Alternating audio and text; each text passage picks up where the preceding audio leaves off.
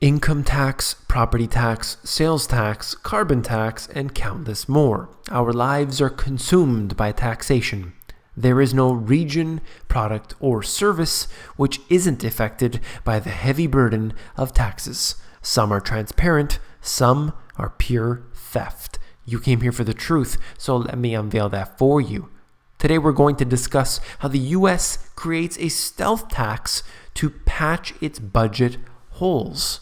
Let's begin with this article. First, we're talking about the presidential candidate for 2016, Bernie Sanders.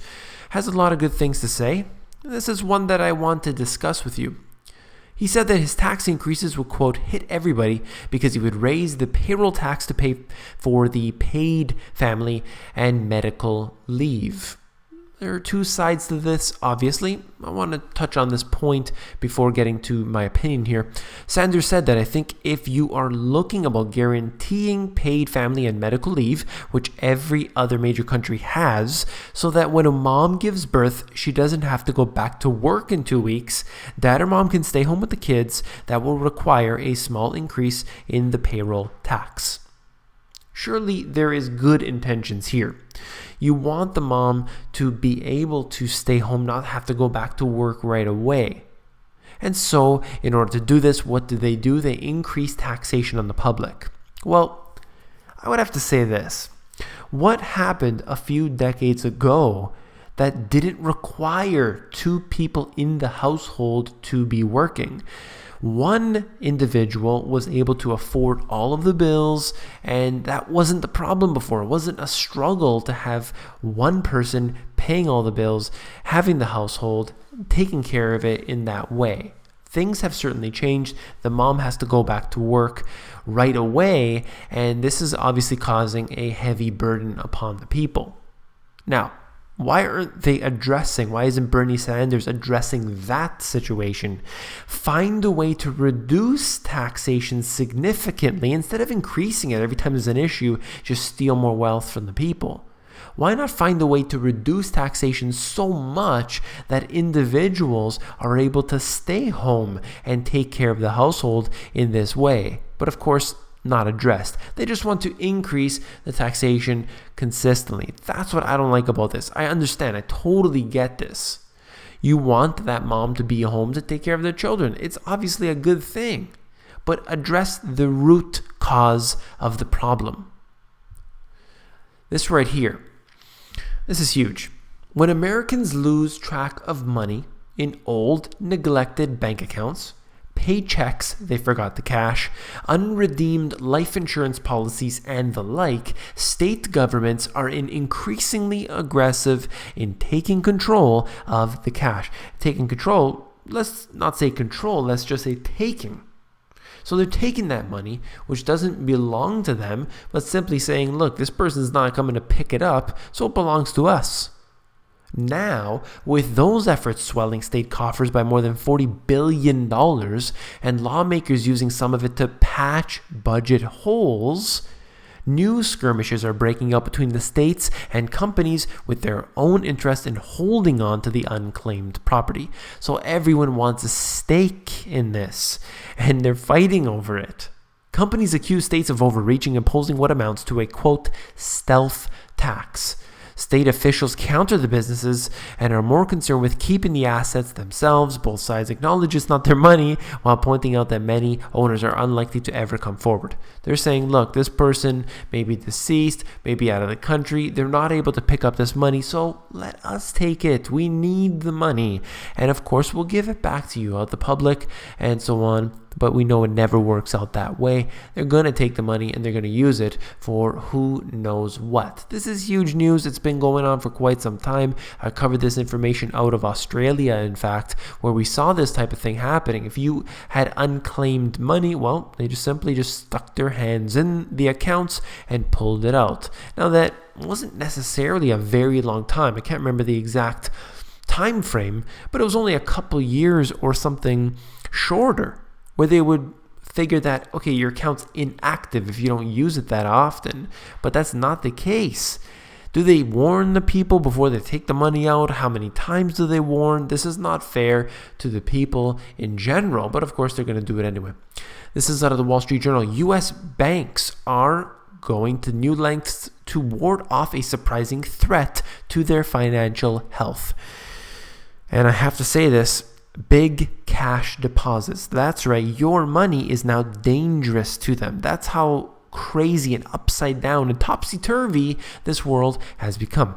State Street Corp, the Boston bank that manages assets for the institutional investors, for the first time has begun charging some customers for large dollar deposits, people familiar with the matter said. That's right, if you have a lot of money and you want to deposit it into the bank, well, you got to pay up. Can't believe I'm reading this. No longer do they even want our money anymore. That's because they can get into derivatives where they can create money from thin air. And this is not even central bank type thin air. This is just banks creating the money or creating, let's say, debt or a so-called asset out of nothing, no collateral at all. The nation's largest bank, JP Morgan, has cut unwanted deposits by more than $150 billion this year, in part by charging fees. So they want to just get rid of all those customers, and they charge them the fees, and they will scoot away. Stick it under their mattress, bring it to another bank. What is the difference here? The money is leaving, and is it going to be in paper cash? Are they buying assets with it? There's a lot here, but it's just so interesting to see how the banks don't even want our deposits anymore.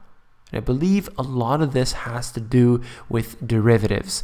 They can create as much money as they want. JP Morgan is part controller of the Federal Reserve. They have the central bank in their hands. They don't want cash in the bank. $150 billion, that's nothing for them. That's peanuts for them. There's more in the article, but I just wanted to move on to this, what I wrote about in my book about fractional reserve banking. People don't really grasp the concept of this, so I just wanted to bring it up very quickly, talking about that in this chapter. The system works well and enables the banks to make incredible profits from their customers who earn basically next to no interest for keeping in the bank, and in this case, actually charging them. As economist Murianne Rothbard, who's legendary, explains, banks only have to keep a fraction of the money on hand when they loan out more than they have. The nation's money supply has just, by magic, increased. The inflationary counterfeiting process is underway. That is an absolutely amazing line, and it is so important to note, to think about. Let's move on. We're looking at oil, obviously being subdued compared to where it was a few years ago. In a recent interview with Reuters, we're looking at basically Saudi versus Venezuela. Saudi doesn't want to have the price increase at this time, but Venezuela is desperate for funds, particularly when they have such massive oil reserves. And right here, they're essentially talking about that. I don't want to get into the details of the article, but at the bottom it says OPEC has no choice. They no longer have the tools to be a global swing producer anymore. The former Qatari energy minister points to OPEC's falling share of the world market down to just over 30% from almost 60% 20 years ago. Now, what's happening here is a battle between Saudi Arabia and the rest. Saudi Arabia says, no, we're not cutting production. And individual countries are basically saying, look, we have to get that price up. Our economies depend on it. So there's a little battle going on within OPEC, and the other producers around the world are not playing ball either. We have big news going on with oil still happening today. This is a chart just showing you the oil production versus the oil reserves. You can see that Venezuela and Saudi Arabia have giant quantities of oil reserves. Venezuela, though, their production is significantly lower than Saudi Arabia, but it is still important to their total economy. And at the bottom, you can see the oil and the price per barrel obviously declining significantly and has remained quite stagnant over this last little while. Then we have Puerto Rico. As you see, the officials and a group of hedge funds are deadlocked on an agreement to restructure the island's debt and inject new capital into its development bank hours before a confidentiality pact expires. So we have Puerto Rico obviously going into what is seeming to be bankruptcy. And what happens here? They restructure the debt. Restructuring the debt, what does that mean? Well, you take a bunch of garbage and it's sort of all messed up right here and it's all thrown on the floor, and they take that garbage and they pile it up into neat little piles, and they put one type of garbage together and another type of garbage together, or they take it and they diversify that debt or that garbage, and they take in, perhaps they put some of this garbage with that garbage and then mix it with this garbage and that garbage, but they put it in a nice little pile, and in that garbage, they find a little string and they wrap it around and they create that, and then they find a marker in there and then they write on it and they write AAA, and then they sell that to people and then they make a profit from it.